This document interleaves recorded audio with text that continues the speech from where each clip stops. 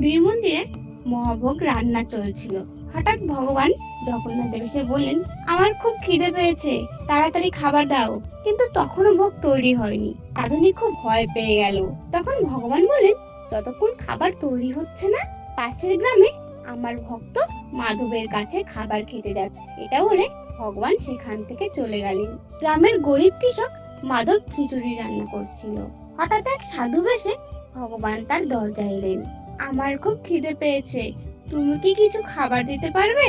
মাধব তক্ষুনি তার খিচুড়ি পরিবেশন করলেন। ভগবান খিচুড়ি আনন্দের সাথে গ্রহণ করলেন এবং বললেন, তোমার এই খিচুড়ি আমার মহাভোগ থেকেও সুস্বাদু। মন্দিরে পূজারী ভোগ নিয়ে এলেন এবং দেখলেন ভগবানের ঠোঁটে খিচুড়ি লেগে আছে। সবাই তখন বুঝতে পারলো ভগবান ভক্তের আস্বাদ করেন, ভোগ নয়। ভিডিওটি ভালো লাগলে কমেন্টে জয় জগন্নাথ লিখতে ভুলবেন না।